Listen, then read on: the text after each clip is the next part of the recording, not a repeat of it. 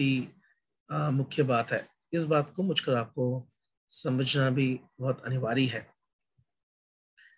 और इसलिए आज हम वचन की शिक्षा प्राप्त करने के लिए हम लोग इस प्रकार से हम लोग आए हैं। तो परमेश्वर हमें विभिन्न प्रकार से अवसर प्रदान करते हैं जहाँ पर हम परमेश्वर के वचन को हम सीख पा रहे हैं। वचन की शिक्षा या वचन को सीखना ये एक विश्वासी के लिए बहुत ही अनिवार्य है, जहाँ पर मैं और आप आज उसी बात को हम करने का प्रयास कर रहे हैं और जहाँ पर हम सीखने का पूरा पूरा कोशिश हम कर रहे हैं,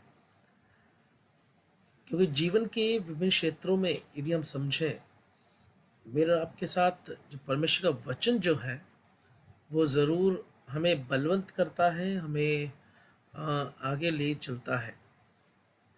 यदि हम 18वीं शताब्दी की ओर जाएं, हम इस बात को समझें कि वचन की शिक्षा जो है बहुत ही महत्वपूर्ण था।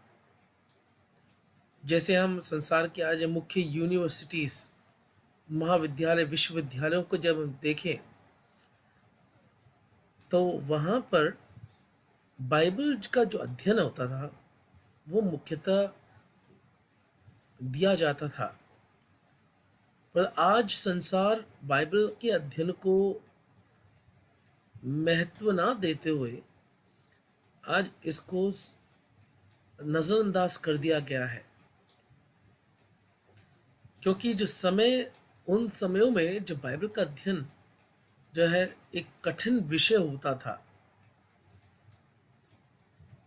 इसलिए मैं आज भी कहता हूं कि बाइबल सीखना है या वचन को सीखना है तो हमें बहुत ही समर्पण की आवश्यकता है, क्योंकि वचन जो है वो परमेश्वर का वचन है और इसे सीखना इतना आसान नहीं है।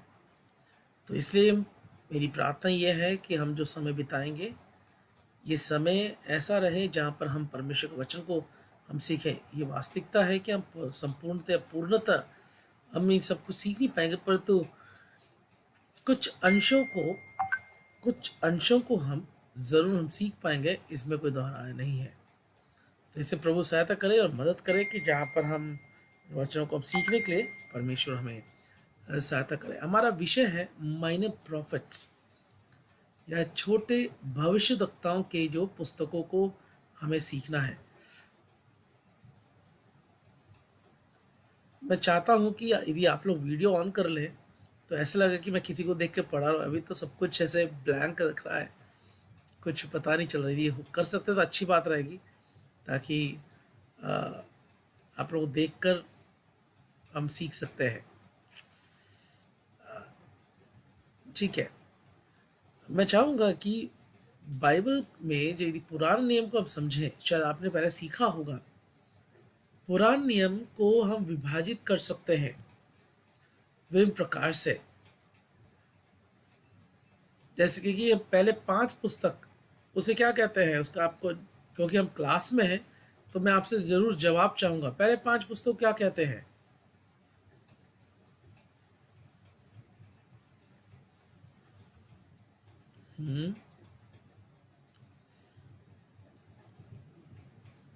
आप लोग वहां पर हैं या नहीं है, कुछ पता नहीं। बस पहले 5 पुराने नियम के पहले 5 पुस्तक अच्छा, को क्या कहते सॉरी मैंने कहा नया नियम। नहीं, आपने सीखा या नहीं सीखा?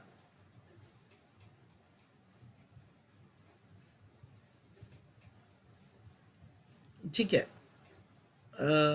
पहले 5 पुस्तक को व्यवस्था कहते हैं, व्यवस्था की पुस्तक या the book of loss. Sir अभी बाइबल सर्वे हुआ नहीं है, डिवीजन सिखा। ठीक है, ऑल राइट। तो पहले 5 पुस्तक को व्यवस्था की पुस्तक को देखते हैं, द बुक ऑफ लॉस।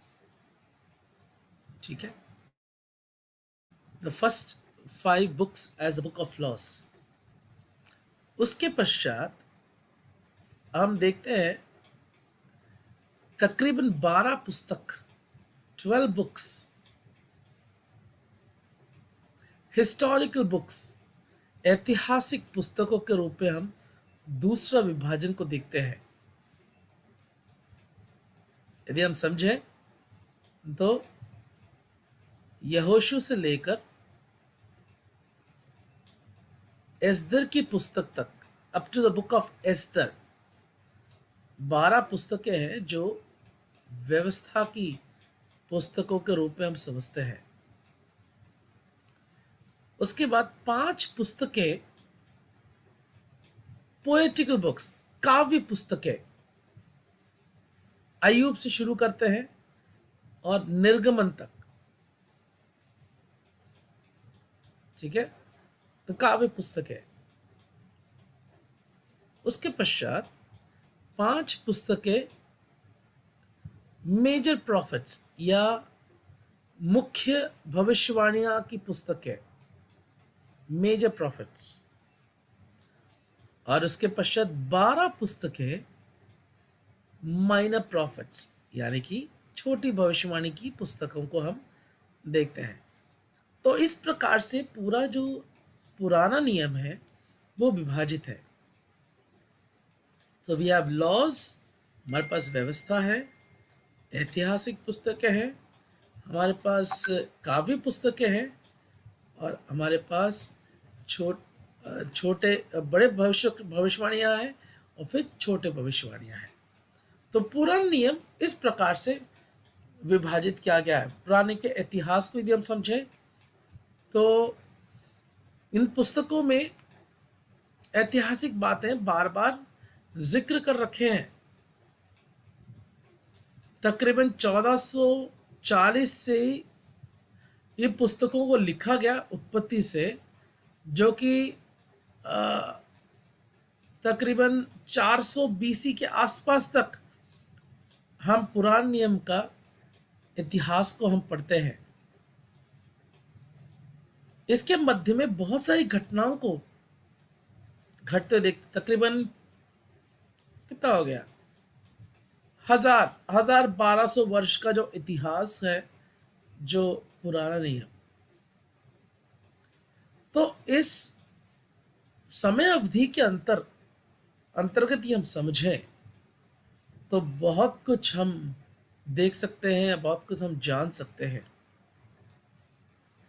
परमेश्वर किस प्रकार से अपनी योजनाओं को पूरा कर रहे हैं वो भी हम समझ सकते हैं, क्योंकि यदि हम पुराना नियम को समझना है, अभी छोटे भविष्यवाणी की पुस्तकों को हम सीखने जा रहे हैं, हम केवल उससे ही आरंभ नहीं कर सकते हैं। हमें वास्तविकता में हमें इतिहास में जाना भी बहुत ही अनिवार्य है। तो इन बातों को भी हमें समझना बहुत ही अनिवार्य होता है। हमारे पास 15 क्लासेस हैं और हम 15 क्लास में हम 12 पुस्तकों को हम पूरा करने का हम प्रयास कर रहे हैं। तो पूर्णतः तो हम नहीं कर पाएंगे, तो भी कुछ बातों को हम जरूर सीखने का हम प्रयास करेंगे। तो ये छोटी भविष्यवाणी की जो पुस्तकें हैं या माइनर प्रॉफिट जिसको अंग्रेजी में कहते हैं, हमें सर्वप्रथम समझना है कि ये माइनर प्रॉफिट्स का मतलब ये माइनर नहीं है, छोटे नहीं है। इस बात को आप समझना आपको बहुत अनिवार्य है। They are not minors. इनको माइनर प्रॉफिट्स इसलिए कहा गया है क्योंकि इनके संदेश जो है वो छोटे हैं। इनके जो संदेश हैं वो संदेश जो बहुत छोटे संदेश दिए गए हैं, इसलिए इनको छोटे भविष्यवाणियों की पुस्तकों के रूप में या छोटे भविष्यवक्ता के रूप में हम इनको कई बार समझते हैं। परंतु इनका जो संदेश है वो बहुत ही मुख्य है, वेरी इंपॉर्टेंट। इस बात को भी मैं बताना चाहूंगा, their message is very important. उनका संदेश बहुत ही गंभीर संदेश है। और यदि हम इज़राइल के इतिहास में हम जाएं, ये अवस्था इज़राइल का क्यों हुआ? जो भविष्यवाणियां जो आई हैं, ये भविष्यवाणियां इसलिए आई है क्योंकि इज़राइल के लोग जो हैं परमेश्वर से दूर चले गए। परमेश्वर के खिलाफ वे लोग हो गए। और ये भविष्यवाणियां इसलिए दिया गया है कि परमेश्वर अपने लोगों को वापस अपने पास बुला रहा है। इस बात को हमें समझना अनिवार्य है। तो परमेश्वर अपने लोगों को जब अपने पास वापस बुलाना चाहता है, तो तब परमेश्वर क्या कर रहे हैं, इन पुस्तकों को या इन भविष्यवक्ताओं को अपने संदेश के साथ परमेश्वर इन्हें भेज रहे हैं। इस बात को सर्वप्रथम हमें समझना बहुत ही अनिवार्य है। God is sending these messages with the prophets to bring back his own people, अपने लोगों को जो विश्वास या अच्छे मार्गों से भटक गए हैं, उनको परमेश्वर वापस लेके आने का एक प्रयास कर रहे हैं। उनको सूझबूझ दे रहे हैं। और ये कहां से शुरू हुआ? ये उस समय से शुरू हुआ जिस समय इज़राइल के लोगों ने परमेश्वर को अपने राजा के रूप में तिरस्कार कर दिया।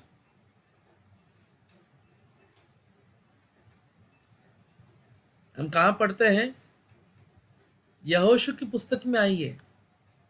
क्या है वहां पर जो लिखा गया कि जिसको जैसे करना का इच्छा था वैसे वे करते रहे, अपने स्वयं की इच्छा के अनुसार वे लोग उस कार्य को निर्वाह करते रहे। They were doing the things according to their own wish. केवल उतना ही नहीं, वे उन्होंने परमेश्वर को राजा के रूप में स्वीकार करने से इनकार कर दिया। क्या कहा उन्होंने? उन्हें ये कहा कि हमारे आस पड़ोस के देशों में एक राजा है जिसको हम देख सकते हैं, पर हमारे देश के लिए एक राजा नहीं है। We don't have a king.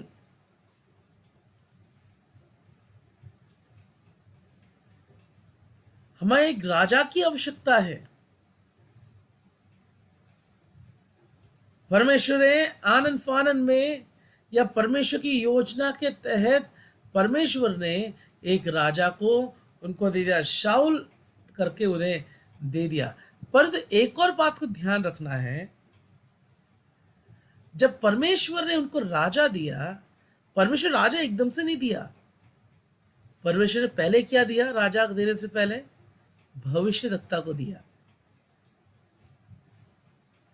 वहां पर भी जब लोग परमेश्वर के खिलाफ थे, परमेश्वर अपनी प्रजा के आत्मिक अवस्था के विषय में चिंता कर रहा था। इसलिए राजा से पहले परमेश्वर ने एक भविष्यद्वक्ता को दिया ताकि सर्वप्रथम उनकी आत्मिक अवस्था को सीधा किया जाए, फिर जो उन्होंने मांगा है उनको दिया जाए। तो परमेश्वर किस प्रकार से कार्य कर रहे हैं, उस ऐतिहासिक बातों को भी हमें समझना बहुत ही अनिवार्य है। परमेश्वर हमें किस प्रकार से लेके जा रहे हैं। प्रथम बाइबल के इतिहास को पढ़ लीजिए। जब उन्होंने राजा को मांगा, राजा मिला, शाऊल आया, शाऊल के बाद दाऊद आया। अब दाऊद आया, क्या क्या समस्या हुई हम जानते हैं। दाऊद के बाद सुलेमान आया, सुलेमान आकर क्या क्या समस्या हम जानते हैं। सुलेमान के बाद रहोबोम और जेरोबोआम, देश विभाजित हो गया। देश जब विभाजित हो गया तो हम 19 और 20 राजाओं को देखते हैं, इजराइल और यहूदा। इजराइल में तकरीबन 19-20 राजा थे, यहूदा में भी उतने ही राजा थे। इजराइल में राजाओं ने, अधिकतर राजाओं ने पाप किया, पाप के अधीन होकर इस देश को चलाया, इसलिए वे आशुर की बंदवाई में चले गए। यहूदा के संदर्भ में देखें, बाबुल की बंधुआई में वे लोग जा रहे हैं।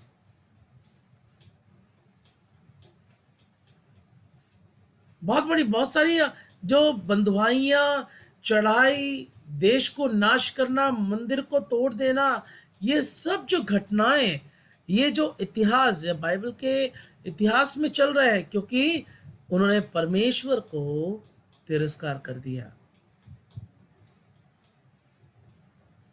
जो समस्याओं को हम यदि समझे, प्रॉब्लम्स, उसको उसके अंतर्गत रहकर हम इन विषयों को यदि हम समझे, तब हम जब इन भविष्यवाणी की पुस्तक में आते हैं, जो 17 भविष्यवाणी की पुस्तकें हैं, 5 जो मुख्य हैं और बाकी 12 छोटी पुस्तकें हैं, इनमें यही विषय को लिखा गया है। यिर्मयाह का विषय क्या है? वो विलाप कर रहा है, रो रहा है, ये लोग वापस नहीं आ रहे हैं परमेश्वर के पास।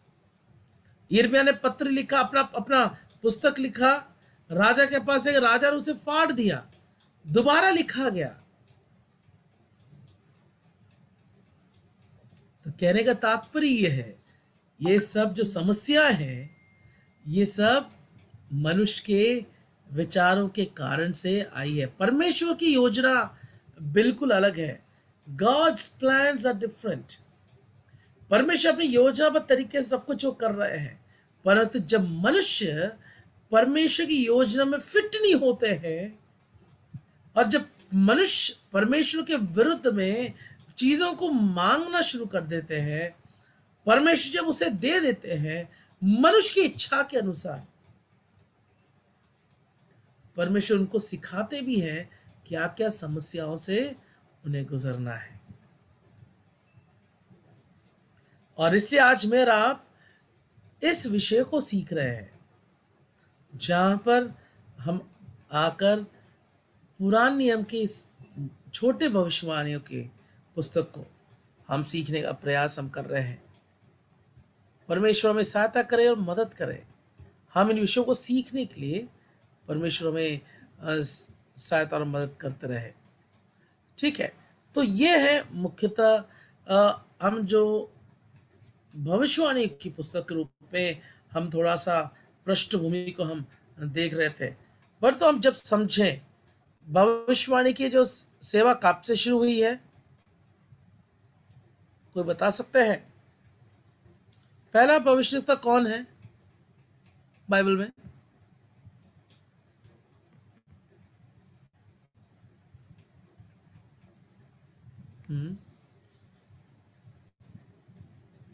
यदि हम ऑफिशियल, उससे पहले भविष्यवक्ता है, यदि हम अय्यूब की यहूदा की पुस्तक को पढ़े, वहां पर लिखा है मूसा या हानुक भविष्यवक्ता के रूप में। ठीक है, परंतु एज एन ऑफिस जो ऑफिशियली जो भविष्यवक्ता की सेवकाई चल रहा है, वो हम शमूएल के समय के दौरान देखते हैं। स्वयं शमूएल को परमेश्वर ने उस सेवकाई का आरंभ करते हुए हम वहां से देख सकते ऑफिशियली। उससे पहले भविष्यवक्ता थे, ऐसा नहीं है कि नहीं थे, परंतु वचन के आधारित हम देखते हैं तो उस प्रकार से हम समझते हैं। नहीं तो हमें भविष्यवाणियों की जो सेवकाई है वो आरंभ से ही शुरू होते हुए हम देखते हैं। ठीक है, तो उस बात को भी हमें समझना बहुत ही अनिवार्य है। तो इस प्रकार से भविष्यवाणी की सेवकाई को हमें आरंभ करते हैं। एक भविष्यवक्ता की सेवा क्या है? चलो बताइए आप लोग, एक भविष्यवक्ता की सेवा क्या है?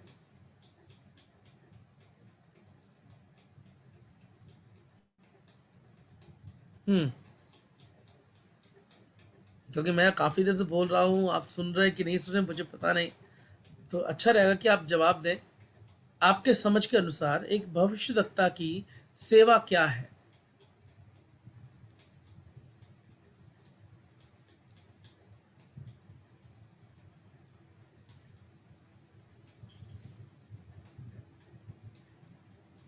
बताइए।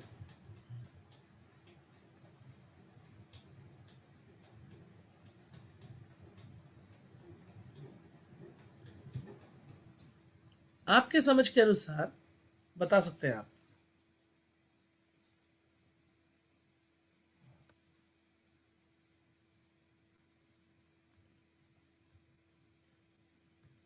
विजेंद्र भाई,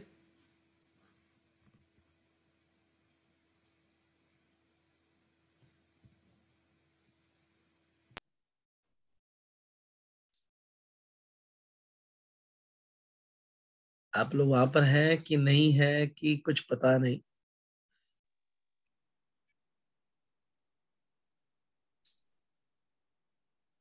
हम लोग शायद सब बाइबल क्लास, हम लोग बाई क्लास में है तो आ, आपस में सवाल पूछ कर ही करें तो अच्छा रहेगा, है ना विजेंद्र भाई?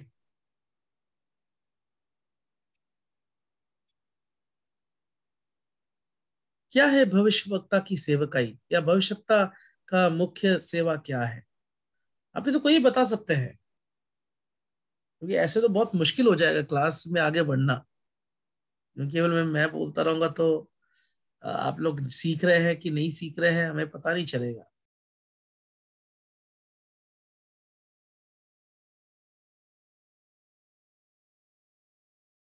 तो जब तक हमें भविष्यवक्ता कौन है मालूम नहीं है, तो भविष्यवक्ता के पुस्तकों को हम कैसे समझेंगे? ये सवाल तो अपने समझ के अनुसार आप बताइए कि एक भविष्यवक्ता की सेवकाई क्या है, क्या सेवा करता है भविष्यवक्ता? आपके समझ में एक भविष्यवक्ता कौन है? तो ये मुख्यतः हमें जानना बहुत अनिवार्य है। Who is a profit?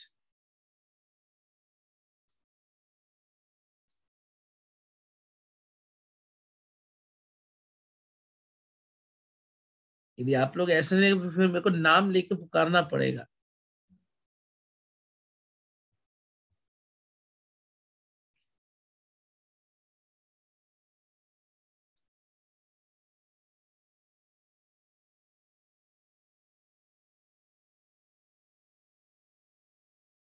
ठीक है, भविष्यवक्ता की सेवकाई को हमें समझना बहुत अनिवार्य है। भविष्यवक्ता यदि हम समझें, यदि अपने समझ में हम समझें, अ, तो भविष्यवक्ता वो है जो परमेश्वर के वचन को सीधा परमेश्वर से प्राप्त कर कर, सीधा परमेश्वर से प्राप्त कर कर लोगों को देता है। यदि हम समझे, पुराने नियम में एक भविष्यवक्ता मनुष्य और परमेश्वर के बीच में रहकर उस सेवकाई को निर्वाह करता है। परमेश्वर ने अपने लोगों को चुना। यदि हम ये पुराने नियम के संदर्भ में सीखें, पुराने नियम में इज़राइल के 12 गोत्र थे, जिसमें से एक गोत्र को परमेश्वर ने अपनी सेवकाई के लिए अलग कर रखा था। ठीक है, एक गोत्र को परमेश्वर ने अपनी सेवकाई के लिए अलग कर दिया, लेवी गोत्र। जब लेवी गोत्र को अपने लिए जब परमेश्वर ने अलग किया, यहां तक जब बाकी गोत्रों को परमेश्वर ने जमीन आवंटित करके दिया, परमेश्वर ने जो जमीन आवंटित करके दिया, तो लेवी गोत्र को के लिए कोई जमीन नहीं दिया, क्योंकि परमेश्वर ने उस गोत्र को अपनी सेवा के लिए चुन लिया था। ठीक है, अपनी सेवा के लिए उस गोत्र को परमेश्वर अलग किया। जब आप यहोशू की पुस्तक पे आते हैं, जहां पर परमेश्वर जब लोगों के परमेश्वर लोगों के जमीन जब आवंटित कर रहे हैं, तो लेवी गोत्र ने क्या सेवा दिया है कि तुम्हारी सेवकाई मंदिर में रहेगी, तुम्हारी सेवकाई मंदिर में रहेगी। यानी ये परमेश्वर के भवन में रहकर उनकी सेवकाई रहेगी। ठीक है, तो भविष्यवक्ता को भी परमेश्वर ने एक सेवा देकर, चुनकर, अलग कर कर रख दे रखा है। और उस संदर्भ को ये समझे तो परमेश्वर ने उनको चुना, केवल चुना ही नहीं, उनको संदेश दिया है। देखिए, अब हम जब आएंगे, जब पुस्तकों में हम आएंगे, ठीक है, मैं आपको लेके चलूंगा एक भविष्यवाणी की पुस्तक में। आइए आप, ठीक है, आप आइए होशिया की पुस्तक खोलिए एक बार आप। होशे की पुस्तक, उसका एक अध्याय, केवल उदाहरण के रूप में होशे की पुस्तक, उसका एक अध्याय देखिए। अब देखो वहां क्या लिखा है। यहूदा का राजा उजिया, योताम, आहाज और हिजकिय्याह के दिनों में, और इजराइल के राजा योआश के पुत्र यरोबाम के दिनों में यहोवा का वचन बेरी के पुत्र होशे के पास पहुंचा। परमेश्वर का वचन बहुत ही साफ तरीके से ये जाहिर करके दे रहे हैं कि किस प्रकार से परमेश्वर का वचन उसके लोगों के पास पहुंच रहा है। देखो, ये है भविष्यवक्ता का सेवकाई। सीधा परमेश्वर अपने लोगों को वो संदेश दे रहे हैं। गॉड्स वर्ड, गॉड्स मैसेज, परमेश्वर का जो संदेश है वो सीधा परमेश्वर के पास पहुंच रहा है। ठीक है, तो परमेश्वर अपने लोगों को संदेश किस प्रकार से दे रहे हैं। ठीक है, तो इस प्रकार से हमें समझना भी बहुत ही अनिवार्य है। तो यदि हम समझें, हर एक भविष्यवाणी की पुस्तकों को यदि हम समझने का प्रयास करें, तो वहां पर हम क्या से समझ सकते हैं? वहां पर हम समझ सकते हैं कि परमेश्वर सबसे पहले अपना न्याय के विषय या न्याय के बारे में वो बता रहे हैं। He is giving a judgement, न्याय को वहां पर वो बता रहे हैं। दूसरा, भविष्यवाणी की पुस्तक में क्या पाते हैं? दूसरा जो संदेश के रूप में हम पाते हैं, उन पर हाय, न्याय न्याय बता रहे हैं। उन्होंने क्या क्या गलतियां की हैं, उन पर हाय। तीसरा क्या है संदेश में? उनको बुला रहे हैं, वापस आ जाओ, हाँ मेरे पास वापस आ जाओ, लौट कर आ जाओ, पश्चाताप करो। चौथा क्या है इस न्याय के संदेश में? हम देखते हैं उनको उद्धार या उनके छुटकारे के लिए आह्वान परमेश्वर दे रहा है। पांचवा क्या है? उनको बताया जा रहा, उनको प्रोत्साहित किया जा रहा है, डरो मत, मैं तुम्हारे संग हूं, वापिस आ जाओ। और आखिरी में परमेश्वर क्या उनको बता रहा है? यदि तुम वापस आओगे, तुम्हें क्या क्या आशीषें तुम्हें प्राप्त होगी, तुम्हें क्या क्या आशीषें तुम्हें प्राप्त होगी। तो इस प्रकार से जो प्रक्रिया है, मैं आशा कर रहा हूं कि आप लोग लिख रहे होंगे। मैं दोबारा बताऊंगा कि किस प्रकार से संदेश चलते हैं एक भविष्यवाणी की पुस्तक में। सर्वप्रथम उनके ऊपर न्याय, उन्होंने क्या गलती किया है उसको बताया जा रहा है, उनके ऊपर दोष दिया जा रहा है कि तुम्हारी गलती ये है। दूसरा, उन पर हाय, उनके ऊपर न्याय का संदेश दिया जा रहा है। तीसरा, उनको प्रोत्साहित किया, प्रोत्साहन मिल रहा है, या उनको बता रहा है आप लोग वापिस आ जाओ, पश्चाताप करो, वापिस आओ। चौथा बात वहां लिखा है, तुम्हें उद्धार के संदर्भ में, तुम्हारे छुटकारे के संदर्भ में परमेश्वर बता रहे हैं। पांचवी बात, उद्धार में आने के बाद परमेश्वर कह रहे हैं कि डरने की आवश्यकता नहीं है, उनको प्रोत्साहित किया जा रहा है।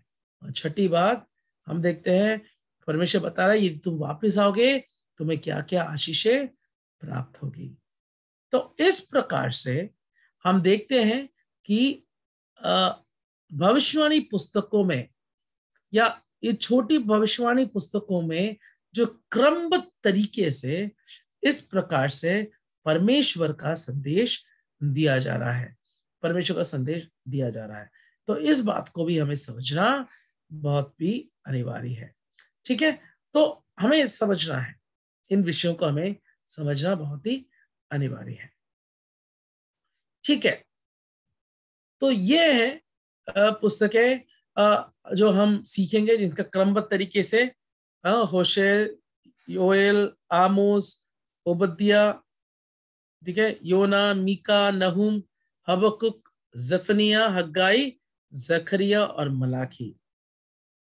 तो ये हैं जो पुस्तकें जिनको हम अध्ययन करेंगे, जिनको हम समझने का हम लोग प्रयास हम करेंगे। तो जैसे मैंने कहा, हम छोटे रूप में और संक्षिप्त रूप में इन विषयों का हम सीखने का प्रयास। भविष्यवाणी की पुस्तकें हैं, काफी भविष्यवाणियां हैं, इतिहास है, हम इतिहास में भी जाएंगे और क्या क्या भविष्यवाणियां दिया जा रहा है उन भविष्यवाणियों को भी हम लोग सीखने का हम लोग प्रयास करेंगे।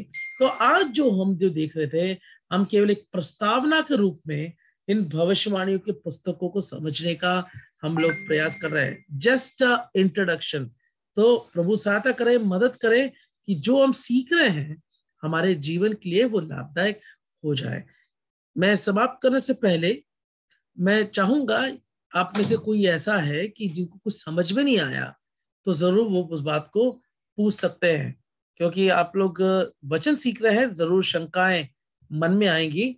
तो कुछ भी ऐसा सवाल है तो जरूर आप पूछ सकते हैं, क्या जो आज हमने सीखा है, ताकि आने वाली क्लासेस जो है वो हमारे लिए और सरल होते जाए। प्रस्तावना के रूप में कोई भी कुछ भी सवाल है वो आप पूछ सकते हैं। यदि कोई सवाल है तो जरूर पूछेगा,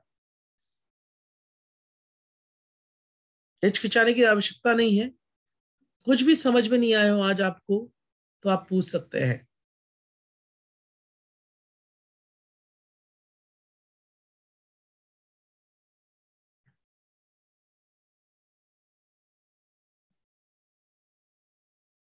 तो मैं आशा करता हूं कि आपको सब कुछ समझ में आ रहा है जो भी बताए जा रहे हैं। तो प्रस्तावना के रूप में यदि समझे तो परमेश्वर अपने लोगों को वापस लेके आना चाहते हैं। God wants to win his people. परमेश्वर अपने लोगों को वापस अपने पास बुला रहे हैं। उसके लोगों ने पाप कर दिया, यहां तक परमेश्वर से सवाल किया कि आप कौन हैं, आपने हमारे लिए क्या किया है, क्या भलाई का कार्य किया है। ऐसे हटीले और बुरे लोग थे, और उन लोगों को परमेश्वर वापस लेके आना चाहते हैं। परमेश्वर अपनी प्रजा से बहुत प्रेम करते थे। उस प्रजा के तरफ परमेश्वर अपनी जिम्मेदारी को निभा रहे हैं, और क्या क्या नहीं किया उसने इन लोगों को वापस बुलाने के लिए। तो इसलिए आज भी परमेश्वर हमारे जीवनों में इसी प्रकार से कार्य कर रहे हैं। परमेश्वर की इच्छा क्या थी? मनुष्य उसके पास रहे, उसकी संगति में रहे। मनुष्य पाप किया, परमेश्वर से दूर चले गए, मनुष्य जाति परमेश्वर के खिलाफ कार्य करने लगे, तो भी परमेश्वर ने मनुष्य से प्रेम किया। इतिहास पूरा निकल गया, और आज जब हम नए नियम में है, आज भी परमेश्वर चाहते हैं हमें उसके पास वापस बुला ले। वो चाहते हैं कि हम उसके पास आए। उसके लिए भी आज भी परमेश्वर कार्य करते हैं। हाँ, कितना विश्वासी होगी हमारा प्रभु। और तो कई बार हमारे जीवन में हम परमेश्वर के खिलाफ या उससे अविश्वास योग्यता हम दिखाते हैं। परमेश्वर के आग्रह क्या है कि हम उस परमेश्वर के साथ उसके संग संग हम जीवन बिताएं। इसलिए प्रभु सहायता करे, मदद करे। ये जो वचन सीख रहे हैं, हमें मनुष्य के गिरावट, परमेश्वर के प्रेम को देखने का एक अवसर हमें मिल जाए, जहां पर हम परमेश्वर की नाम की महिमा कर पाए। तो हम परमेश्वर के लिए हम उसके और करीब में हमें जीवन बिताने के लिए परमेश्वर में सहायता करें। तो आज जो हमने सीखा है, परमेश्वर सहायता करे कि हम उन बातों को हमारे जीवन में सीखे, केवल सीखना ही नहीं, अमल करें, ताकि हमारे जीवनों के द्वारा परमेश्वर के नाम की महिमा हो और हमारे जीवन को वचन के अनुसार हम सीधा कर पाए। इसलिए परमेश्वर सहायता करे। बहुत बहुत धन्यवाद। आपने बहुत ध्यानपूर्वक सुना। प्रभु की इच्छा है तो कल भी हम इस विषय को हम आगे जारी रखेंगे, एक एक पुस्तकों में हम प्रवेश करेंगे। और मेरा एक आग्रह ये है कि जरूर जो सवाल पूछे जाते हैं, आपके जो मन में जो कुछ है, ये समझ में नहीं आया तो जरूर आप पूछ सकते हैं, उसमें कोई दोहराया नहीं है। परमेश्वर सहायता करे कि हम मिलकर परमेश्वर के वचन को हम सीखने के लिए प्रभु सहायता करे, ताकि ये वचन जो सीख रहे हैं, ये केवल सीख कर हमें ज्ञान को बढ़ा नहीं, पर हमारे जीवनों को व्यवहारिक कर कर प्रभु के लिए और सीधाई से जीवन बिताने के लिए परमेश्वर में सहायता करे। परमेश्वर के नाम की महिमा हो। बहुत बहुत धन्यवाद। धन्यवाद प्रिय भाई, प्रभु बहुत सारे आशीष थे, आपने बहुमूल्य समय में से निकाला और सिखाया। और क्योंकि अभी तक हमारे जो प्रिय भाई बहन लोग हैं, जो नए नियम की ही किताबों को सीख रहे थे आज तक, अभी ही पुराने नियम में हम गए हैं। और सब यानी कि इतना समय नहीं हुआ, कोई 3 साल का, कोई 4 साल का विश्वासी है। और फिर भी जो सिखाया गया है, कल जैसे सर सवाल पूछेंगे, जो आज सिखाया गया है उसको आप तैयार करना है। और अगर आपका भी कोई सवाल हो मेरे प्रिय भाई बहनों का, तो आप भी सर से पूछ सकते हैं और अपने सवालों को, अपने डाउट को रख सकते हैं। तो आइए अभी हम लोग प्रार्थना करके आज की सभा को समाप्त करेंगे। मैं दरखास्त करूंगा भाई काशीराम प्रिहार जी, प्रार्थना करके आज की सभा को समाप्त करेंगे। भाई काशीराम जी।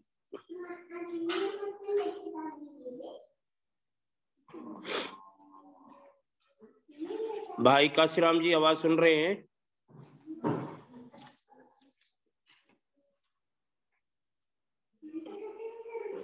ठीक है, मैं प्रार्थना करता हूँ। धन्यवाद हमारे अनुग्रहकारी प्यारे प्रभु, प्यारे परमेश्वर, स्वर्ग में विराजमान प्रभु जी, राजाओं के राजा और प्रभुओं के प्रभु, हम लोग आपका बहुत बहुत धन्यवाद करते हैं प्रभु जी। धन्यवाद देते हैं हमारे प्रिय भाई एवी जोसेफ जी के लिए, जिन्होंने प्रभु जी आपके वचन से आज हमें थोड़ा आपके वचन का जो पवित्र शास्त्र का बैकग्राउंड बताया, पुराने नियम का जो डिवीजन बताया प्रभु जी, और उसके बाद में जो हमें जिस सीखने के लिए मिला कि भविष्यवक्ता का क्या मतलब है, क्या भविष्यवक्ता कौन होता है। हाँ प्रभु जी, उस बात को भी जानने के लिए आपने सहायता और मदद किया प्रभु जी। और जो होशे की किताब में से भी हमने कुछ बातों को प्रभु जी सीखा कि होशे ने क्या भविष्यवाणी की है। सच में प्रभु जी, लोग बहुत ही बवाल मचा रहे थे आपके प्रति, लोग बहुत इजरायली लोग बड़ा सवाल जवाब खड़े कर रहे थे, लेकिन प्रभु जी इन सब बातों को होशे समझा रहा है उनको। इसके लिए हम आपको धन्यवाद देते हैं। सिर्फ उन लोगों को ही नहीं, आज प्रभु जी हमारे बीच में भी कुछ लोग ऐसे हैं जो आज भी उनको बहुत सारी डाउट है, बहुत सारा संदेह है आपके प्रति, लेकिन प्रभु जी आप इन सब संदेह को प्रभु जी दूर करना है और अच्छी रीति से ये 15 दिन जो है प्रभु जी अच्छी रीति से आपके वचन को सीखे। पिछली क्लास से भी जो बहुत ही आशीष का कारण रही, हम नए नियम के पुस्तकों का अध्ययन हम कर रहे थे प्रभु जी, लेकिन इस बार हम जो पुराने नियम में प्रभु जी आए हैं और छोटे भविष्यवक्ताओं से हमने शुरू किया है, प्रभु आप मदद करो, आप सहायता करो प्रिय भाई को भी प्रॉपर रीति से जोड़ने के लिए, और किसी भी तरह की कोई दिक्कत, कोई परेशानी प्रभु जी खड़ी ना हो, और सही समय पर हमारे साथ मिलते रहे और आपके वचन का अध्ययन करवाते रहे प्यारे प्रभु जी। प्रभु परमेश्वर, जुड़े हुए सभी प्रिय भाई बहनों को भी आपके हाथों में समझ देते हैं, सबको वचन समझ आने के लिए आप सहायता कीजिए, आप मदद कीजिए। ये सारी प्रार्थना और बेनती हमारे उद्धार करता, शीघ्र आने वाले मुक्तिदाता प्रभु यीशु मसीह के मीठे और जीवित नाम में मांगते हैं, सुनिए और ग्रहण कीजिए पिताजी, आमीन। आमीन। परमेश्वर का प्यार, प्रभु यीशु मसीह का अनुग्रह, पवित्र आत्मा की सहभागिता और संगति आपसे लेकर हमेशा हमेशा तक जुड़े हुए सभी प्रिय भाई बहनों के साथ, और खास करके वचन को सिखाने वाले हमारे प्रिय भाई के साथ आज से लेके हमेशा हमेशा तक बनी रहे, आमीन। आमीन। आमीन। सभी को जय मसीह की। जय मसीह की। जय मसीह की अभी भैया, जय मसीह की। जय मसीह की भैया, जय मसीह की सबको। जय मसीह की सबको। करेंगे और जो सिखाया गया है उसके ऊपर आप जरूर विचार करना है। और कल सर जैसे ही कोई सवाल पूछते हैं आज की क्लास के संबंधित, तो जरूर बोलना है अपना स्पीकर खोल करके, ताकि आगे सिखाने वाले को ऐसा लगे कि हाँ सुन रहे हैं, नहीं तो आगे सिखाने वाला भी इंटरेस्ट खो देता है ना, क्योंकि मोबाइल है ना सबके पास या लैपटॉप है, तो सामने तो बैठे हुए नहीं है, कौन सुन रहा है कौन नहीं सुन रहा है कोई पता नहीं है। इसलिए जो भी जवाब सवाल पूछे जाए उनका आप जवाब देना है, लेकिन सिखाया है जो आज उसी के संबंधित ही सवाल पूछेंगे सर्कल। ठीक है जी, सभी को जय मसीह की। प्रभु के आगमन में देरी है तो कल सुबह हम फिर मिलेंगे।